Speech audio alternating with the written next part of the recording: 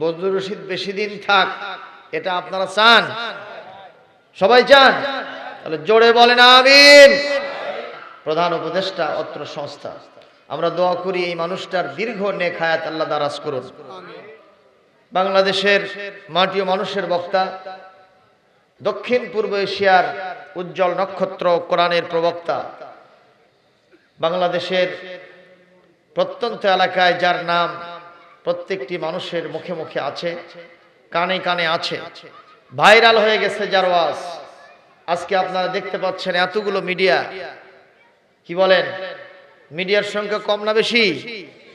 এটা তারই আকর্ষণে এসেছে এবং তার নির্দেশনায়, তার দেখানো পথ এবং মতে যে সমস্ত আলোচক বৃন্দ চলেন, তাকে আইডল হিসেবে মেনে তাদের এই ওয়াজগুলি রেকর্ড করে ইন্টারনেটে ছড়িয়ে দেওয়ার, মানুষে ইসলাম প্রচারের একটা মহৎ উদ্দেশ্য নিয়ে মিডিয়াগুলি আগমন হয়েছে।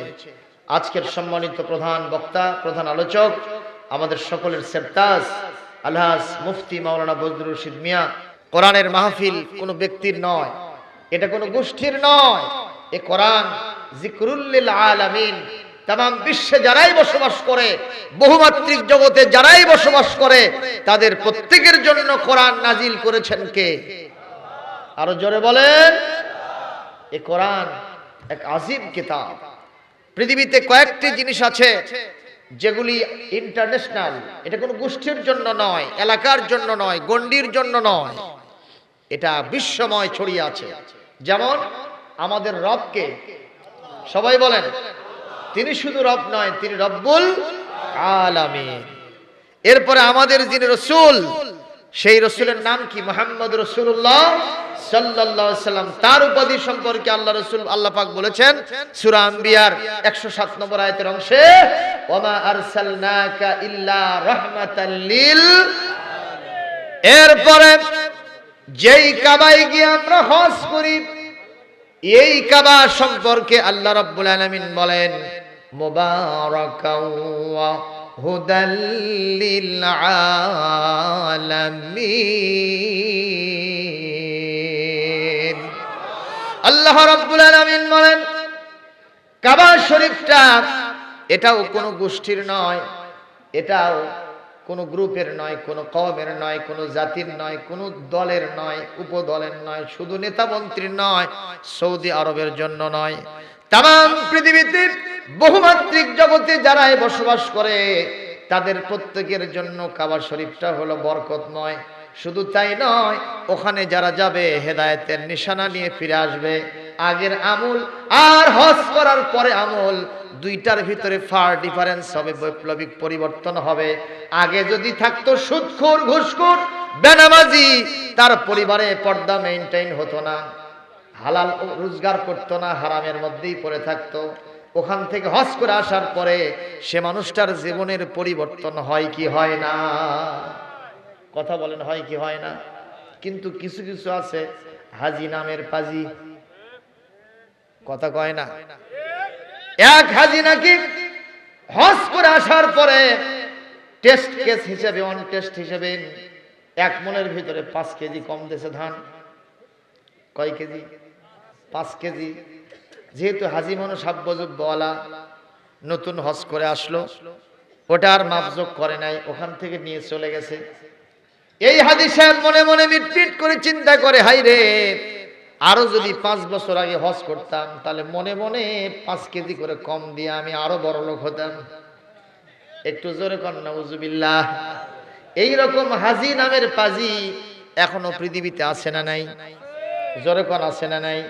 এমন হাজিও আছে মুসলমান, হজ করে আসার পরে নামাজও নাই, রোজাও নাই, যাকাতের কাছে নাই। আল্লাহ রাসূল পরকাল বোঝে না, উনি হজ করেছেন একটাই মাত্র কারণ, আমি সামনে নির্বাচনে দাঁড়াবো, যদি হাজি না হতে পারি আমার অনেক ভোটাররা আছে, তাদের কাছে কেমনে ভোট চাইবো, এই চিন্তা করে হজ করে। আপনারা বলেন তার হজ কবুল হবে? জোরে কোন হবে? তাহলে কাবাটাও হলো হুদাল লিল আলামিন। এরপরে আসেন কোরআনে কারীম, এটা সম্পর্কে আল্লাহ বলেন জিকরুল লিল আলামিন। আবার জবাব দেন আমাদের রবকে, তিনি হলেন রব্বুল আলামিন। এরপরে বিশ্ব নবী হলেন রাহমাতাল লিল আলামিন, কাবা হলো হুদাল লিল আলামিন, আর কোরআনে কারীম হলো যিকরুল লিল আলামিন। এটা হিন্দুরাও শুনবে, বৌদ্ধরাও শুনবে, খ্রিস্টানরাও শুনবে, আর্যরাও শুনবে, শিখেরাও শুনবে, ওই ইহুদি খ্রিস্টানরা শুনবে, মুসলমানরা তো শুনবেই। কথা বলে। এই জন্য গ্রামবাসীকে অনুরোধ করব, যতই দল থাক, উপদল থাক, সাম থাক, ওগুলো আজকের দিনে আপনারা ফেলে দিবেন। কোরআনে কারীমের আয়োজন হওয়ার পরে এখানে যদি আপনারা না আসেন আর যদি না শোনেন, দায়ী হতে হবে কার কাছে? জোরে কোন কার কাছে? আমার আল্লাহর ডাইরেক্ট নির্দেশ কোরআনে কারীমের 7 নম্বর সূরা 8 নম্বর 9 নম্বর পারা সূরাতুল আরাফ 204 নম্বর আয়াতের অংশ, ইদা কুরিয়াল কুরআনু ফাসতামিউ লাহু ওয়া আনসিতু লাআল্লাকুম তুরহামুন। আল্লাহ রাব্বুল আলামিন বলেন, কোরআন যখন তেলাওয়াত হবে, কোরআন যখন পড়া হবে, কোরআনের আলোচনা যখন করা হবে, দলমত নির্বিশেষে তোমাদের যার কানে কোরআন চলে যাবে, তাদের প্রত্যেকের দায়িত্ব হলো ওই মজলিসে হাজির হওয়া, চোখ মুখ কান খোলা রাখতে হবে, মনটাকে রুজু করতে হবে, পরিবেশ তৈরি করে চুপচাপের সাথে কোরআনটা শুনতে হবে।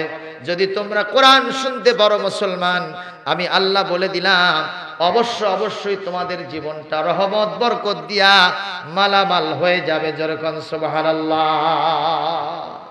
সবকিছু যখন অচল, কোরআনে কারীম তখন সচল। কথা কি সত্য না মিথ্যা? জোরে বলে। ও মুসলমান, আপনাদের এলাকায় কোনোদিন কি কখনো বানর খেলা দেখানোর জন্য বানরওয়ালারা আসছিল? আসে? আগেকার দিনে এটা বেশি হতো, কি বলেন ঠিক কিনা? এখন একটু কম। তা আমাদের এলাকায় এক সময় বানর খেলা দেখানোর জন্য একটা লোক আসলো। এখন এই গ্রামে বানর খেলা দেখায়া দুপুর সময় চলছে আরেকটা গ্রামে বানর খেলা দেখানোর জন্য। তখন দিন ছিল চৈত্র মাস, আকাশে উপর থেকে যে রৌদ্র পড়ে, এটা কি সহজ না কঠিন? ওই সময় কি প্রখর রৌদ্র, মাথার চান্দি ফেটে যাওয়ার মতো অবস্থা। প্রিয় ভাইরা আমার, এক পর্যায়ে বানররা চিন্তা করলো যে আমি এই বানর কিনে এখন কেমনে যাবো। বানরও টানা নিছে যে আমি তোমার ঘাড়তে চড়বো, আমি কখনো হেঁটে হেঁটে যাব না, ঘাড়ে চড়ে যাব, কারণ লাভেই তো লোহা বয়। যেরকম ঠিক কিনা?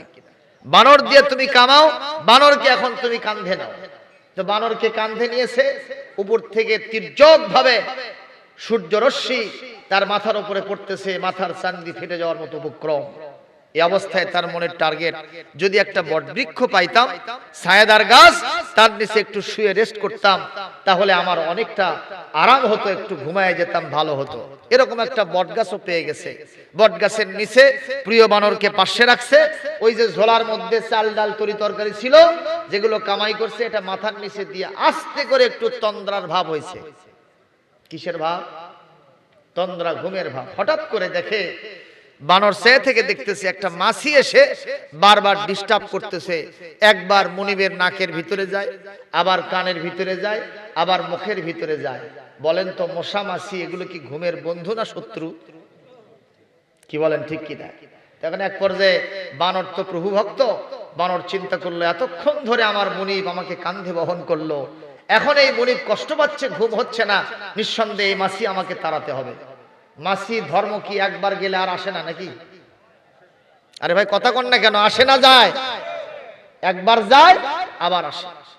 তো বানর একবার তাড়াই দিল, দেখে যে না, মাছি আবার এসে বসে। দ্বিতীয়বার তাড়াইলো, আবার মাছি খেদাইলো। তৃতীয়বার তাড়াইলো, আবার মাছি এসে চতুর্থবারের মতো বসে গেল।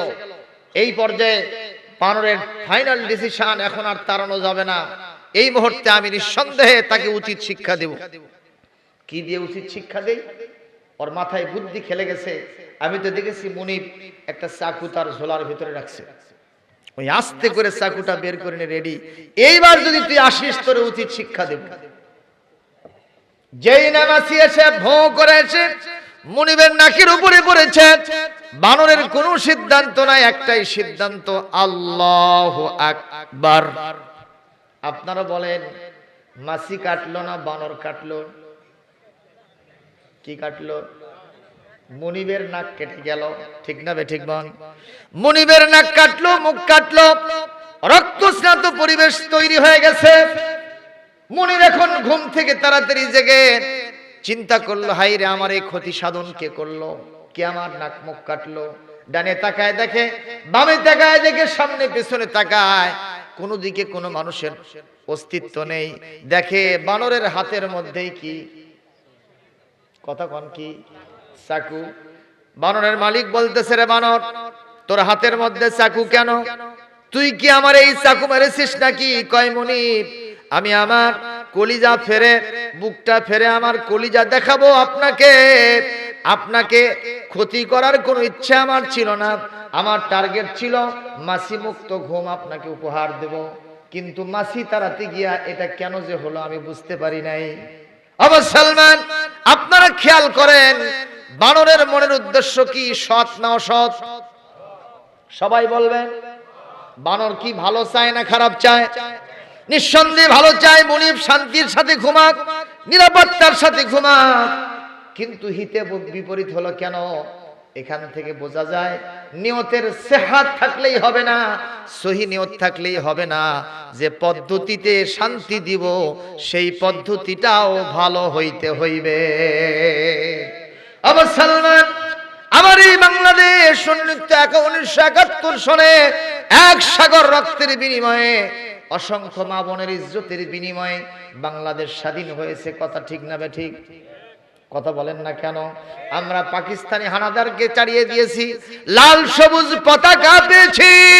আজকে স্বাধীনতার 50 বছর প্রায় চলে যায়। আক্ষরিক অর্থে শান্তি বলতে, নিরাপত্তা বলতে যা বুঝায় এখন পর্যন্ত আমরা আমাদের দেশে পাই নাই। জোরে বলেন কথা ঠিক কিনা? একটাই মাত্র কারণ, আমরা মানুষ, আমাদের জ্ঞানের সীমাবদ্ধতা আছে। কিন্তু আমাদের যিনি স্রষ্টা, আওয়াজ দিয়ে বলেন তার নাম কি? আমার আল্লাহর কি জ্ঞানের সীমাবদ্ধতা আছে? আমার আল্লাহর অসীম জ্ঞান। কোন পথে, কোন মতে, কোন রাস্তায় চললে, কোন ইজামার মতবাদে চললে আমার ব্যক্তি, পরিবার, সমাজ এবং রাষ্ট্র শান্তি পাবে, এটা আমরা সৃষ্টিজীব, আমাদের বোঝার কথা নয়। এটা কার বোঝার কথা? এজন্য তিনি বলেছেন, কোরআনে কারীম আমি নাজিল করে দিলাম।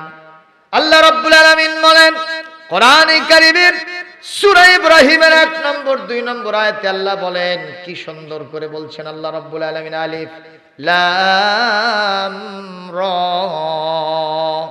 কিতাবুন আনজালনাহু ইলাইকা লিতুখরিজান নাস لتخرج الناس من الظلمات إلى النور بإذن ربهم إلى صراط العزيز الحميد। একটু জোরে বল আল্লাহু আকবার, আরো জোরে বল আল্লাহু আকবার। আল্লাহ রাব্বুল আলামিন বলেন, this is a holy book, al Quranul Karim, we have sent down to you in order that you may bring forth mankind from darkness to light by the permission of their Lord to the way of Almighty and all-praised Allah subhanahu wa ta'ala। আল্লাহ পাক বলেন, এই কিতাব নাজিল করেছি শুধু ঝাড়ফুঁক দেওয়ার জন্য নয়, তাবিজ তোমার করার জন্য নয়, সবিনা খতম পড়ার জন্য নয়, হাফেজের মাথায় কাগজের পাতায় থাকবে, ঝুলায় ঝুলায় কোরআন পড়বা, এজন্য শুধু কোরআন নাজিল করি নাই। কোরআন দিয়েছি অন্ধকারের ভিতরে নিমজ্জিত একটা জাতিকে, মানব মণ্ডলীকে আলোর দিকে বের করে নেওয়ার জন্য কোরআন নাজিল করেছি। একটু জোরে সুবহানাল্লাহ বলবেন না? আপনাদের কি ঘুম ধরছে ভাই? খারাপ লাগতেছে? তাহলে একটু জোরে আল্লাহু আকবার বলেন, আরো জোরে আল্লাহু আকবার। যেমন তুমি দিলে জমিন, দিয়েছো আসমান, সুখের সমাজ গড়তে দিলে, তেমনি কোরআন তোমার দয়ায় ফুরান, দয়ায় ফুরান, দয়ায় ফুরান। এই কোরআন হচ্ছে সর্বশ্রেষ্ঠ দান। কার পক্ষ থেকে? আরো জোরে বলেন। সূরা রহমান পড়েন। আর রহমান আল্লামাল কুরআন খলাকাল ইনসানা আল্লামাহুল বায়ান। আল্লাহ রাব্বুল আলামিন বলেন, আমি হলাম আল্লাহ, আমি হলাম রহমান, আমি হলাম মেহেরবান। আমি সৃষ্টি করেছি ইনসান, তাদের উপরে নাজিল করেছি কোরআন, নামটা দিয়েছি ফুরকান। যারা মেনে চলবে তাদের জন্য দেব জান্নাত। লিল্লাহি তাকবীর। প্রিয় ভাইরা আমার, এখন আপনারা জবাব দেন, সেই কিতাবের আলোচনা শোনার দরকার আছে না নাই? যদি আছে এই কথা মনে পড়ে, মনে করেন, তাহলে দুহাত তুলে আল্লাহকে দেখাবে। একজনের হাত যদি নিচে থাকে, এই কোরআন কিন্তু আপনার বিরুদ্ধে কাল কিয়ামতে দাঁড়ায় যাবে। সবাই হাত তোলেন আর স্লোগান দেন, লিল্লাহি তাকবীর, নারায়ে তাকবীর। আল কোরআনের আলো সারা দুনিয়ায় জালো, কোরআন আছে যেখানে, নারায়ে তাকবীর। প্রিয় ভাইরা আমার, আমি এখন সেই কিতাব থেকে আলোচনা শুরু করছি। যতক্ষণ টাইম পাবো এর ভিতরে আমার আলোচনা শেষ হবে ইনশাআল্লাহ। জোরে বলি আমিন। আমি আপনাদের এই এলাকায় এই স্কুল না, প্রাইমারি স্কুল না, এই প্রাইমারি স্কুলেও আমি কথা বলে গেছি কয়েক বছর আগে, আপনাদের মনে থাকার কথা। একবার এসেছিলাম আমি, মনে আছে আপনাদের? ওয়াজ করে গিয়েছিলাম। আপনাদের গ্রামের মানুষগুলো খুব ভালো মানুষ। আমি শুনেছি এই মাঠে অন্তত 7-8টা মাহফিল হয় এক সিজনে, ঠিক কিনা? এটা কয় নম্বর হচ্ছে? এটাই প্রথম। প্রথমের লক্ষণ তো ভালো হতে হবে। মর্নিং শোজ দ্য ডে, সকালবেলার সূর্য বলে দেয় আজকের দিনটা কেমন যাবে, ঠিক না বে ঠিক কর? এই জন্য প্রথম মাহফিলে আপনাদেরকে অত্যন্ত সুন্দর কায়দা নিয়ে, কৌশল নিয়ে, সুন্দর মেজাজ নিয়ে বসতে হবে, যাতে সামনের গুলো ইনশাআল্লাহ সফল হয়ে যায়। বলি না আল্লাহুম্মা আমিন। আমি আপনাদের সামনে যেখান থেকে আলোচনা করার জন্য উপস্থাপন করেছি আয়াত, এটি কোরআনে কারীমের 30 নম্বর পারার 2 নম্বর সূরা, সূরাতুন নাজিআত। আমি 37 থেকে 42 নম্বর এই 5টি আয়াত তেলাওয়াত করেছি। জোরে কোন মারহাবা। এই আয়াতের ভিতরে আমরা কে কে জান্নাতে যেতে চাই আর কে কে জাহান্নামে যেতে চাই, আল্লাহ পাক জান্নাতে যাওয়ার জন্য মাত্র 2টা কোয়ালিটির বর্ণনা করেছেন। এই 2টা জিনিসের উপরে আমল করলে তারা জান্নাতে যাবে, সুবহানাল্লাহ। আর জাহান্নামে যাওয়ার জন্য বেশি কিছু লাগবে না। 2টা দোষ যদি আপনার ভিতরে ঢুকে যায়, আপনি খাঁটি জাহান্নামী, তাতে কোনো সন্দেহ নাই। আপনারা কি জান্নাতে যাবেন না জাহান্নামে? সবাই আবারও হাত তোলেন, কে কে জান্নাতে যাবেন? চাওয়া লাগবে আল্লাহর কাছে। কিছু কিছু লোকের হাত ওঠে নাই, হাত নামান।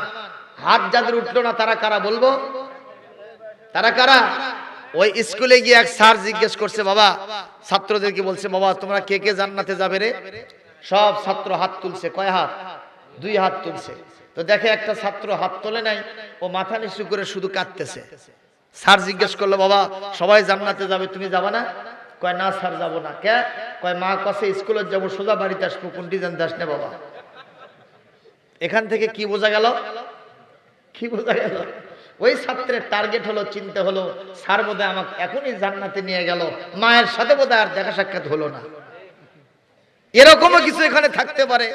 বউ বলাচ্ছে যে যতই বক্তা আসুক, আজকের বক্তা খালি উঠবি আর নামবি, পোলা সেই রকম গন্ধ হইছে, এই পোলা নিয়ে আসবো, তুই দরজা খুলে বসে থাকিস। কথা কন না কেন? হুজুর কামা যেভাবে অ্যাটিটিউড দেখাচ্ছে, সম্ভবত এখনই জান্নাতে নিয়ে যাবে। জান্নাতে যদি যায় তাহলে ওই বউকে বোধহয় আর পাই না, বউ বোধহয় পাই না, মায়ের সাথেও বোধহয় দেখা সাক্ষাৎ হয় না। এরকম চিন্তা নিয়ে অনেকে বসে থাকতে পারে। জোরে কোন ঠিক কিনা? এমনি এখনই যদি জান্নাতের অর্ডার হয়ে যায়, যাইতে রাজি আছেন? কথা বলেন, এখনই যদি জান্নাতের অর্ডার হয়, যাইতে রাজি আছেন? কারণ জান্নাতে যাইতে পারলেই লাভ, যতক্ষণ যাবেন না ততক্ষণ আপনার জন্য অ্যাচিভমেন্ট ফেল হবে, আপনার জীবনে অনেক লস হবে। কারণ জান্নাত সম্পর্কে আল্লাহ নিজে বলেছেন, ওয়ালাকুম ফিহা মা তাশতাহি আনফুসুকুম ওয়ালাকুম ফিহা মা তাদউন নুজুলাম মিন গফুরির রহিম।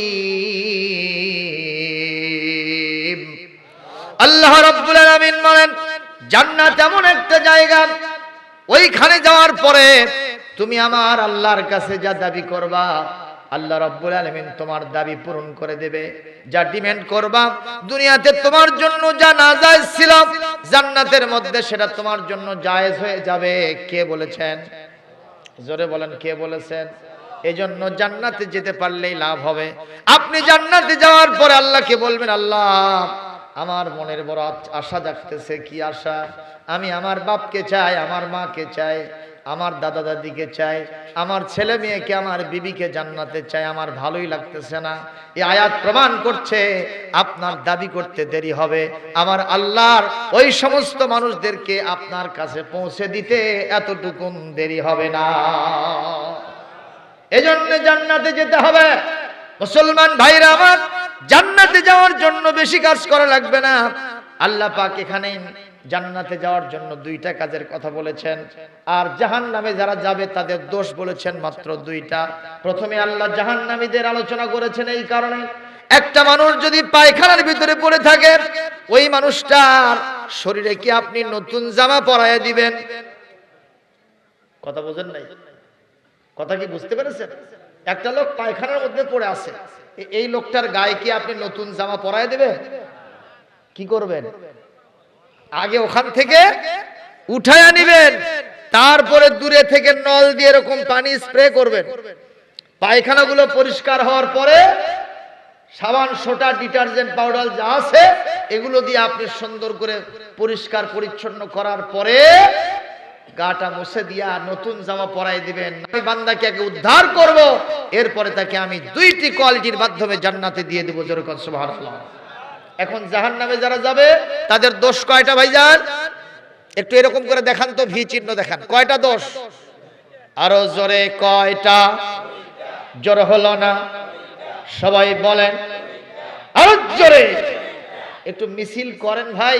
এই যে সামনে আসিতেছে বিপুল সমারোহে ইউনিয়ন পরিষদ নির্বাচন, চেয়ারম্যান বসে আছে, দেখবেন ভোটের সময় আমি তো বলি ভোটের চা আর খেরের পালার পচা পানি দুইটার মধ্যে কোনো প্রকারের পার্থক্য নাই, আছে না নাই? তো এইরকম চা খেয়ে খালি দেখবেন যে এমন মিছিল শুরু হয়ে যাবে, ওই বাপও বাপকে বলতেছে বেটা ভাই করে, আবার বাপও বেটাকে বলতেছে ভাই করে, আছে না নাই? সম্মানীয় উপস্থিতি, এই জন্য মাঝে মধ্যে একটু কোরআনের মাহফিলে আপনাদেরকে মিছিল করতে হবে। জাহান্নামীদের মাত্র দুইটা দোষ। এক নম্বর দোষ, যারা জাহান্নামে যাবে শুনতে হবে কান বন্ধ দিয়ে, বড় লস হবে যদি না শোনেন, আর যদি শোনেন বড় লাভ হবে। আল্লাহ পাক বলতেছেন সর্বপ্রথম ফাআম্মা মান তাগা, যারা এই পৃথিবীতে তাগুতি শক্তি হয়েছে, যারা বিদ্রোহ করেছে, সীমা লঙ্ঘন করেছে, যারা এই পৃথিবীতে আমার নবীর সাথে, আমার নবী আনা দায়িত্ব যারা পালন করেছে, ইমানদারদের সাথে, আমার কিতাবের সাথে, আমার ইসলামের সাথে যারা খারাপ ব্যবহার করেছে, বিদ্রোহ করেছে, সীমা লঙ্ঘন করেছে, নাফরমানি করেছে, এই ব্যক্তিগুলি কাল কিয়ামতে জাহান্নামে যাবে। চিৎকার দিয়ে বলেন নাউজুবিল্লাহ। দুই নম্বর, আসারুল হায়াতাদ দুনিয়া, দুনিয়ার জীবনকে আখিরাতের উপরে প্রাধান্য দিয়েছে, এই ব্যক্তিগণ জাহান্নামে যাবে। এখন তাগুতি শক্তি কারা?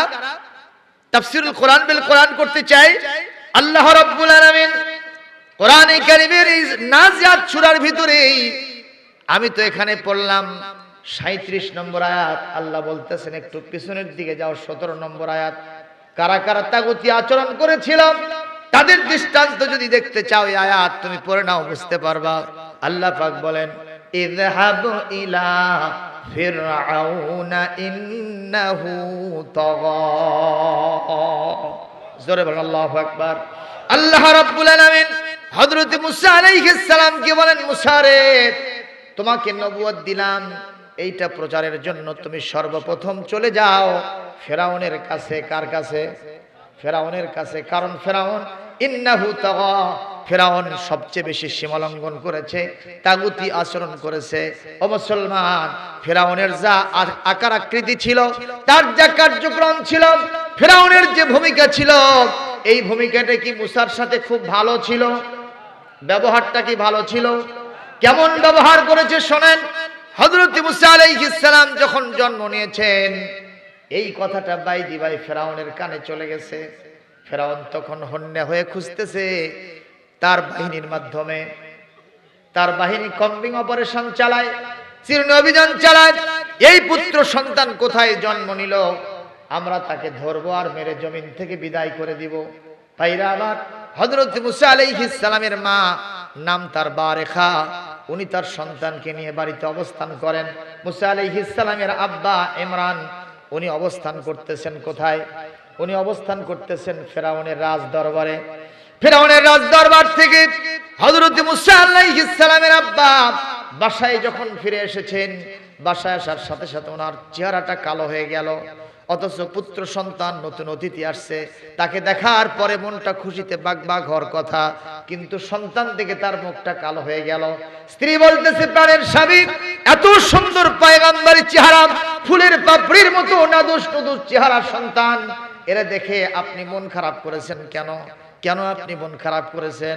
হযরত মুসার আব্বা বলতেছেন, বারেখা, কলিজার টুকরা সন্তান দেখলে আমার মনের ভিতরে আনন্দ উতলে উঠছে, সত্যি হয়েছে, কিন্তু একটা বিষয় হলো, আমি তো রাজদরবার থেকে আসলাম, ফিরাউন সিদ্ধান্ত নিয়েছে পুত্র সন্তান যেখানেই পাবে জমিন থেকে কেটে কেটে বিদায় করে দেবে। আমার পিছনে পিছনে গোয়েন্দা বাহিনী আসতেছে, আমার কলিজার টুকরা মুসাকে যখন নিয়ে যাবে আমার চোখের সামনে, তোমার চোখের সামনে, আমি সেটা কেমনে সহ্য করব? কেটে কেটে জমিন থেকে বিদায় করে দেবে, সব সহ্য করা যাবে, চোখের সামনে সন্তান বিদায় করে দেবে, এটা কখনো সহ্য করতে পারবো না। সঙ্গে সঙ্গে হযরত মুসা আলাইহিস সালামের আম্মাও কান্না শুরু করে দিয়েছেন। ইতিমধ্যে আলাপচারিতার ভিতরেই ফিরাউন বাহিনী হযরত মুসার বাড়ির ভিতরে চলে আসা শুরু করছে। জানালা দিয়ে দেখা যায় ওদিক থেকে ফিরাউন বাহিনী আসতেছে। মুসা আলাইহিস সালামের ছোট বোন মাকে বলতেছে, মা, আমার ভাইয়াকে মনে হয় আর বাঁচাতে পারবো না, কি করা যাবে? সিদ্ধান্ত গ্রহণ করো। মা বলতেছে, পাগলি মেয়ে, কি বলো তুমি? বলে না, মা দেখো, দেখো, ওই যে আসতেছে ফিরাউন বাহিনী, আমাদের ভাইয়াকে বাঁচানো বড় কঠিন হয়ে যাবে। এক পর্যায়ে দরজা ভেঙে ভিতরে যখন প্রবেশ করেছে, হযরত মুসা আলাইহিস সালামের মা আস্তে করে সন্তানটাকে তার বোনের কোলে দিয়েছে, তার মেয়ের কোলে দিয়েছে। হযরত মুসা আলাইহিস সালামের বোন এই সন্তানকে নিয়ে রান্নাঘরের ভিতরে ঢুকে পড়েছেন। ইতিমধ্যেই ফিরাউন বাহিনী ওই বাড়ির ভিতরে ঢুকে সব জায়গায় খোঁজাখুঁজি করতে থাকে, আর মুসা আলাইহিস সালামের মায়ের দিকে তাকাতে থাকে যে মা কিছুদিন আগে সন্তান প্রসব করেছে, সিমটম দেখলে বোঝা যাবে কিনা? আরে আপনারা কথা কন না কেন? বোঝা যাবে না, যাবে না। যখন এই পরিস্থিতি, হযরত মুসা আলাইহিস সালামের মাকে দেখে বলে, নিঃসন্দেহে এই মেয়ে সন্তান প্রসব করেছে, কিন্তু সন্তান তো তার কোলের ভিতরে দেখি না, দোলনার উপরেও দেখি না, সব জায়গায় খোঁজাখুঁজি করলাম, কোথাও তো সন্তান পাওয়া যায় না। যখন পাওয়া যায় না, ওরা তখন রান্নাঘরের দিকে যাওয়া শুরু করেছে। হযরত মুসা আলাইহিস সালামের বোন কলিজার টুকরা ভাইকে আহারে বাঁচানোর জন্যে বুদ্ধি শুদ্ধি না পেয়ে তাড়াতাড়ি জ্বলন্ত আগুনের ভিতরে হযরত ছোট্ট মুসা আলাইহিস সালামকে ফেলে দিয়েছে। আল্লাহু আকবার। মুসলমান জবাব দিবেন, আগুন কার তৈরি? মানুষ কার তৈরি? মানুষের মতো মানুষ হতে পারলে, আল্লাহর খাঁটি গোলাম হতে পারলে অবশ্যই আগুন মানুষের কোনো ক্ষতি করতে পারে না, পানিও মানুষের কোনো ক্ষতি করতে পারে না, প্রাকৃতিক দুর্যোগ মানুষের কোনো ক্ষতি করতে পারে না, যদি সে আসল গোলাম হয়ে যায়। জোরে বলুন ঠিক কিনা? ওই নমরুদ বাহিনী হযরত মুসা, হযরত ইব্রাহিম আলাইহিস সালামকে আগুনের মধ্যে ফেলে দিয়েছিল কি দেয় নাই? কিন্তু আগুন কি হযরত ইব্রাহিমকে পোড়াইছিল? মুসা আলাইহিস সালামকে পানির ভিতরে দিয়েছিল ফেরাউন এক সময়। কথা বলেন ঠিক না বেঠিক? দুকুল ছাপিয়ে অতল তলদেশ নদী আল্লাহ পাক রাস্তা বের করে দিয়েছেন, ওখান থেকে তিনি পার হয়ে গেছেন। নদী তার কোনো ক্ষতি করে নাই, এত পানি তার কোনো ক্ষতি করলো না। আল্লাহ বিদ্রোহী যারা ছিল, আল্লাহর এন্টি শক্তি যারা ছিল, যারা ওই ফেরাউন বাহিনী নদীর ভিতরে নিমজ্জিত হলো, জমিন থেকে নেস্তে নাবুদ হয়ে বিদায় হয়ে চলে গেল। আমার আল্লাহ রাব্বুল আলামিন আগুনের উদ্দেশ্যে বলেন, কুলনা ইয়া নারু কুনি বারদাও ওয়া সালামান আলা ইব্রাহিম। হে আগুন, আবার ইব্রাহিমের জন্য তুমি শান্তিদায়ক ঠান্ডায় পরিণত হয়ে যাও, নাতিশীতোষ্ণ হয়ে যাও, তুমি এয়ার কন্ডিশন রুমে পরিণত হয়ে যাও। সুবহানাল্লাহ। সেই আল্লাহ হযরত মুসা আলাইহিস সালামকে তার ছোট্ট বোন যখন আগুনের মধ্যে জ্বলন্ত উনুনের ভিতরে ফেলে দিয়েছে, আল্লাহ রাব্বুল আলামিন হযরত মুসা আলাইহিস সালামকে ইব্রাহিম আলাইহিস সালামের কায়দায় জমিনে বেঁচে রেখেছেন, কোনো সমস্যা হয় নাই। জোরে বলেন সুবহানাল্লাহ। সে আল্লাহ এখনো আছেন না নাই? সবাই বলেন। ওই আগে যেরকম ছিলেন সেরকমই আছে তো নাকি? একটু বুড়ো টুড়ো হয় নাই? নাউজুবিল্লাহ কোন? আরে মেয়ে, আমার আল্লাহ বুড়ো হয় না, আমার আল্লাহর বয়স হয় না, তিনি চিন্ময় অব্যয় অক্ষয়, তিনি যেমন ছিলেন তেমন আছেন, তেমন থাকবেন অনন্তকাল ধরে। তার বান্দাদের সাথে যারা খারাপ আচরণ করবে ফিরআউনের মতোই শেষ করে দিবে। আল্লাহ পাক তার বান্দাদেরকে রক্ষা করবেন। জোরে কোন ঠিক কিনা? সে আল্লাহর নামে একটু গান গাইবেন না? একটু বলেন, আল্লাহ আল্লাহ জপ মন জপো আল্লাহ আল্লাহ। সবাই বলেন, আল্লাহ আল্লাহ জপ মন জপো আল্লাহ আল্লাহ। জীবন হবে ফুলে ফলে নূরে উজালা। আল্লাহ আল্লাহ জপ মন জপো আল্লাহ আল্লাহ। সবাই বলেন, আল্লাহ আল্লাহ জপো মন জপো আল্লাহ আল্লাহ। ওই নাম জপে আদম পেলেন ভুলের মাফি, ইব্রাহিমের অগ্নি কুণ্ডে ও নাম ছিল কাফি। ঠিক কিনা? ওই নাম জপে নূহের তরি পার হয় উর্মি মালা। আল্লাহ আল্লাহ জপ মন জপো আল্লাহ আল্লাহ। আরে ভাই বলেন, আল্লাহ আল্লাহ জপো আল্লাহ আল্লাহ। জীবন হবে ফুলে ফলে নূরে উজালা। আল্লাহ আল্লাহ জপো মন জপো আল্লাহ আল্লাহ। মারহাবা, লিল্লাহি তাকবীর।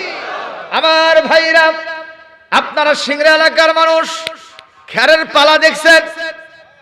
আছে নাকি খেরের পালা? এই যে কিছুদিন পরে খেরের পালা দেওয়া শুরু করবেন। এই খেরের পালায় যদি আগুন লাগে আর যদি কেউ গিয়ে এরকম করে বাতাস দেয় নিভানোর জন্য, পালা লিখবে না আরো বাড়বে? আগুন নিভে যাবে না আগুন আরো বাড়বে?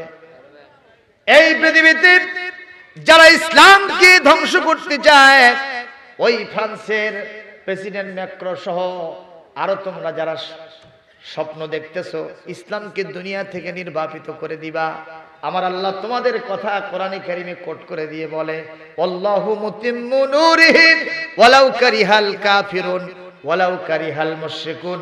আমার আল্লাহ পাক বলেন, ওই কাফের মুশরিকরা যতই জ্বালা পোড়া হোক না কেন, মন যতই খারাপ করুক না কেন, কোনো লাভ হবে না। আমি আমার নূরকে পূর্ণতা দান করব। ওরা খেরের পালার মতো বাতাস দিলে আগুন তো নিভবে না, বরং বেশি করে জ্বলতে থাকবে। ওই আগুনে তোমরাও জ্বলে ছারখার হয়ে যাবা। কথা বলেন ঠিক কিনা? আপনারা কি ইউক্যালিপটাস গাছ দেখছেন? জমির আলে আলে লাগানো থাকে না? আমার এলাকায় একজন চিন্তা করলো ইউক্যালিপটাস গাছ এর 14 গোষ্ঠী সাফ করব, জমিনে ছায়া দেয়, আর এই ছায়ার মাধ্যমে ধান ঠিক মতো হয় না। 10টা কাটে থুয়ে আসছে, 5 দিন পর 7 দিন পর যায় দেখে এক একটা থেকে 10টা করে কুশি বাড়াছে। কথা কি হাসানা মিছা? আরো জোরে কোন হাসানা মিছা?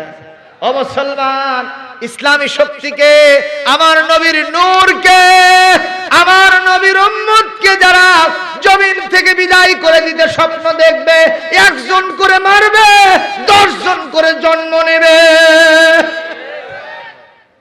আপনারা কি বলেন? এই পৃথিবীতে ইসলামের পক্ষে যারা আছে তাদের নাম নিশানা কি মুছে গেছে? জোরে কোন মুছে গেছে? কথা অনেক আছে, বলতে পারবো না, সময় নাই। মুসলমান, আপনারা বলেন শুধুমাত্র ফেরাউন হযরত মুসার সাথে এই সমস্যা করলো নাকি আমার নবীর সাথেও এই সমস্যা করছিল? ফেরাউন বাহিনী, রাসূলুল্লাহর যুগে একজন ফেরাউন ছিল, যার নাম আবু জাহেল। কথা বলেন ঠিক না বেঠিক? এই আবু জাহেল বাহিনী নবীর সাথে কি করলো? কোরআনে কারীমের সূরা আনফাল 30 নম্বর আয়াতে আল্লাহ পাক সেটা কোট করে দিয়েছেন, ওয়া ইয ইয়ামকুরু বিকাল্লাযীনা কাফারু লিয়ুসবিতুকা আও ইয়াকতুলুকা আও ইউখরিজুকা ইয়ামকুরুনা ওয়া ইয়ামকুরুল্লাহ ওয়াল্লাহু খায়রুল মাকিরিন। আল্লাহ রাব্বুল আলামিন বলেন, হে নবী, আপনার সাথে ওরা ষড়যন্ত্র শুরু করেছিল, আপনাকে, আপনার ব্যাপারে তাদের ফাইনাল ডিসিশন অ্যাসেম্বলি ভবনে বসে 1 নম্বর ডিসিশন ছিল আপনাকে ওরা জেলখানায় আবদ্ধ করবে, আর 2 নম্বর সিদ্ধান্ত ছিল আপনাকে ওরা এই দেশ থেকে বের করে অন্য দেশে তাড়ায় দেবে, নির্বাসনে পাঠিয়ে দেবে, আর 3 নম্বর ফাইনাল ডিসিশন হয়েছিল ইয়াকতুলুকা, আপনাকে জমিন থেকে কতল করে নাম নিশানা জমিন থেকে জনমের মতো মিশায়া দিবে। এটা তাদের স্বপ্ন ছিল। কিন্তু আমি আল্লাহ পাক বলেন ইয়ামকুরুনা ইয়ামকুরুল্লাহ, ওরাও ষড়যন্ত্র করেছিল, আমি আল্লাহ ষড়যন্ত্রের শুধু জবাব দিয়েছিলাম। ওদের চোখের সামনে দিয়া আমি আপনাকে নিরাপদে মদিনা মুনাওয়ারায় পৌঁছে দিয়েছি, ওরা আপনাকে ঠেকাতে পারে না। কথা বলেন ঠিক কিনা? ও মুসলমান, খেয়াল করেন যে নবীজি হযরত আবু বকরের সাথে রাতের বেলায় পালায়া পালায়া মক্কা থেকে মদিনায় চলে গেলেন। সেই নবীজি 8 বছর পরে, কয় বছর? 8 বছর পরে মক্কা বিজয়ের দিন 1 নয় 2 নয়, অন্তত 10,000 সাহাবীর সাথে তিনি মক্কায় প্রবেশ করেছেন, কেউ বাধা দিতে পারে নাই। কথা বলেন ঠিক কিনা? আমার আল্লাহর কাজে যারা বাধা দিতে চায় ওরা আল্লাহর সাথে দেয় পাল্লা, যারা দেয় পাল্লা তাদের থাকে না কাল্লা। জোরে কোন সুবহানাল্লাহ। একটু জবাব দেন, আমাদের রবের নাম কি? তার সাথে দিও না পাল্লা, থাকবে না কারো কাল্লা। জোরে কোন সুবহান। আবার জবাব দেন, আমাদের রবের নাম কি? তার সাথে দিও না, থাকবে না কারো। কে কে পাল্লা দেবেন হাত তোলেন। ওই যে এক চাচা হাত তুলে আছে, ওয়াজ বুঝতে পারতেছে না বোধহয়, মনে হয় ওয়াজ বুঝতে পারতেছেন না। এই ভাইজান, ওয়াজ যদি না বুঝতে পারেন তাহলে কিন্তু আর বেকায়দা হয়। কি কায়দা হয়? বেকায়দা হয়। কি বলেন? ওই যে একজন লোক তার বেটাকে বিয়ে করাবে, তো তখন বিয়ের পোশাক ছিল এই কিস্তি টুপি আর শেরওয়ানি। কথা বুঝতে পারছেন? তো এখন কিছুদিন আগে তার এক ভাতিজাক বিয়ে করাইছে। তো এই লোক আবার কাঞ্জুস মার্কা, তো কিপটা মানুষ, তো বিয়ের পোশাক শেরওয়ানি কিস্তি টুপি বানাতে অনেক টাকা লাগে। তো বলছে, একেবারে আব্দুল করিম, তুই তো কয়েকদিন আগে বিয়ে করলো, বিয়ের পোশাকগুলো কি আছে নাকি বেশি ফেল দিস? না চাচা, ওগুলো পড়ে আছে। তো একটু তোর জ্যাঠাতো ভাইকে বিয়ে করাবো, আমার ছেলেটাকে বিয়ে করাবো, তে তুই এগুলো একটু হাওলাত দিবি। কয় চাচা নিয়ে যান, সমস্যা নেই। আমাকে একটু বিয়ে নিয়ে যাবেন কে বাবা? কয় যে অনেককে দাওয়াত দিলাম, ওরা আসে নাকি তা জানি না, কিন্তু তুই তো বিয়ের পোশাক উপহার দিলি, ধার দিলি, তোরে তো এমনি নিয়ে যাওয়া দরকার, কোনো সমস্যা নাই, চ যাই। ওকে সাথী করে নিয়ে গেছে। বিয়ে শাদী সব শেষ হয়ে গেছে। এখন বর দেখানোর পালা, কোনে দেখার পালা। হয় না? হয় না? কোন এখন বর বসে আছে। তো কোলদারা যারা ছিল দুলে ভাই, তারা বললো, যেহেতু উনি কিস্তি টুপি আর শেরওয়ানি উপহার দিছে, আজকে আমাদের এই অধিকার ছেড়ে দিয়ে ওনাকেই পাশে বসায় দিলাম, উনি পরিচয় করে দিই। কথা বুঝতেছে? ইতিমধ্যে একজন এসে বলতেছে, বর কোনটা? এই সাহেব বলতেছে বর এইটা, কিন্তু শেরওয়ানিটা আমার। জোরে বল সুবহানাল্লাহ। কি সমস্যা হলো না হলো না? তো এখন বরের পিতা আস্তে আস্তে এসে কানে কানে কয়, আচ্ছা শেরওয়ানি যে তোমার সে কথা কি এখানে বলতে হবে? চাচা বুঝতে পারিনি বারে, এটা আমি বুঝতে পারিনি। তার একজন আসছে, বর কোনটা? ও বলতেছে বর এইটা, খবরদার শেরওয়ানি কিন্তু আমার নয়। আচ্ছা শেরওয়ানি যে ওর নয় এ কথা কি আবার বলা লাগবে? যেই বলছে শেরওয়ানি আমার নয়, লোকেরা চিন্তা করছে মনে হয় এর ভিতরে কিছু একটা আছে। জোরে কোন ঠিক কিনা? কিস্তি টুপি আর শেরওয়ানির ওয়াজ শুনতেছেন তো? এক পর্যায়ে বরের পিতা বলল, বাবা তোমার যে শেরওয়ানি না এই কথা কি আবার বলতে হবে? এ আপনারা শুনতেছেন কথা? এদিকে তাকা, হুজুর তো উঠবে আপনাদের সামনে। এখন কিছুক্ষণ পর বলতেছে, চাচা শেরওয়ানির প্রশ্ন আর উঠবে না, আপনি চিন্তা করেন না, যে কোনো জিনিস একবার দুইবার তিনবার তো হয়। তো এবার আরেকজন আসছে, বর কোনটা? এই লোকটা বলতেছে বর এইটা, তবে শেরওয়ানির ব্যাপারে কোনো প্রশ্ন করতে পারবে না। আচ্ছা আপনারা বলেন প্রশ্ন কি হলো না হলো না? বরের পিতা এই শেরওয়ানিওয়ালা আর কিস্তিওয়ালাকে যেভাবে বুঝাতে চায় ও কি তা বোঝে? তাহলে এটা কি কায়দা হলো না বেকায়দা হলো? আজকে আপনারা কি আমার ওয়াজ বুঝতে পারলেন কিছু? জাহান্নামে যাওয়ার জন্য কয়টা দোষ লাগবে? সবাই বলেন কয়টা? এক নম্বর, ওই ফেরাউন আর নমরুদ আবু জেহেল আমার নবীর সাথে যেরকম আচরণ করলো এই রকম আচরণ পৃথিবীতে যারা করতে থাকবে এরা সবাই খাঁটি কি? সবাই বলেন খাঁটি জাহান্নামী। আর দুই নম্বর, আসারুল হায়াতাদ দুনিয়া, যারা দুনিয়ার জীবনকে আখিরাতের উপরে প্রায়োরিটি দেয়। আখিরাত তাদের কাছে তুচ্ছ, দুনিয়াটাই তাদের কাছে গণ্যমান্য, দুনিয়াটাই সবচেয়ে বেশি তাদের জন্য উপযুক্ত, এটাই তারা চায়, আখিরাতে কিছুই পেতে চায় না। আপনারা বলেন দুনিয়ায় আমরা কি কিয়ামত পর্যন্ত বেঁচে থাকবো? সবাই বলেন দুনিয়াতে আমরা কিয়ামত পর্যন্ত থাকবো না। এমন কি আমরা তো জানি যারা শুধু মারা যায়, খাটনির উপরে উঠানো হয়, এই লোকগুলি মারা গেল, আমাদের জন্য আরো টাইম আছে না? আল্লাহ পাক ভিন্ন কথা বলছেন কোরআনে কারীমের সূরাতুজ জুমার 42 নম্বর আয়াতে আল্লাহ বলছেন, শুনেন, আল্লাহু ইয়াতাওয়াফাল আনফুসা হিনা মাউতিহা ওয়াল্লাতী লাম তামুত ফি মানামিহা। আল্লাহ রাব্বুল আলামিন বলেন, যাদের আজরাইল আসার জন্য উপযুক্ত সময় এসেছে, আজাল চলে এসেছে, আজরাইল তো তাদেরকে ধরবে, ডেড বডি করে লাশ করে ফেলে দিয়ে যাবে। এ লোক তো একবারে মারাই গেল, দুনিয়াতে থাকার আর সুযোগ থাকবে না, ও লাশ হয়ে কবরে চলে যাবে। কিন্তু তোমরা এখনো যারা আজরাইল আসে নাই, এই সময় হয় নাই, মনে করবা না যে আমরা লাগাম ছাড়া, তোমাদেরকেও আমি লাগাম দিয়ে রাখছি। তার মানে হলো তোমাদের যাদের মৌতের সময় আসে নাই, প্রত্যেক দিন যখন তুমি ঘুমাতে যাও, রাতের বেলা হোক আর দিনের বেলায় হোক, যখনই তুমি ঘুমাও, ওই ঘুমটাও তোমার জন্য একটা মৌতের ব্যবস্থা আমি আল্লাহ করে রাখি। চিৎকার দিয়ে বলেন আল্লাহু আকবার। ঘুমটা আমাদের জন্য মৌত কে বললেন? এই ঘুম যে আমাদের জন্য মৌত কে বললেন? আরো জোরে বলেন কে বললেন? হযরত আলী কাররামাল্লাহু ওয়াজহাহু, তিনি জ্ঞানের রাজ্যের তরুণ গেটয় ছিলেন। তিনি বলেছেন এই আয়াতের ব্যাখ্যায়, যখন মানুষ ঘুমায় যায় প্রাণটা তার শরীরে থাকে না, তবে প্রাণের একটা রেশ সেখানে থাকে। যেমন এই যে শীতের ভিতরে আমরা ল্যাপতোষক রোদের ভিতরে একটু গরম করতে দেব কি দেব না? আপনি ল্যাপতোষক নিয়ে আসছেন, রাত 12টার সময় যদি পা ঢুকান, বলেন তোর ভিতরে একটু গরম পাওয়া যায় না যায় না? কথা বলেন যায় না যায় না? এরপরে আপনি সাইকেল চালান, নিউট্রাল করে দিলেন, মোটর সাইকেল চালান, নিউট্রাল করে দিলেন, গাড়ি কি তখনই বন্ধ হয় না? কিছু দূর চলতেই থাকে, কিছু দূর চলতেই থাকে। মুসলমান ভাইরা আমার, আমরা যখন ঘুমায় যাই এই মুহূর্তে প্রাণটা আমাদের শরীরে থাকে না, আল্লাহর হাতে থাকে। এই জন্য আল্লাহর নবী হযরত মুহাম্মদ সাল্লাল্লাহু আলাইহি সাল্লামের একান্ত সাহাবী, তার জামাতা হযরত আলী বলেন, প্রাণের একটা রেশ থাকার কারণে যখন আল্লাহ তাকে, এখনো আজরাইল আসার সময় হয় নাই, তাকে ঘুমের ভিতরে রেখেছেন, আবার যখন জাগ্রত হওয়ার সময় প্রাণটা ফিরে দেন।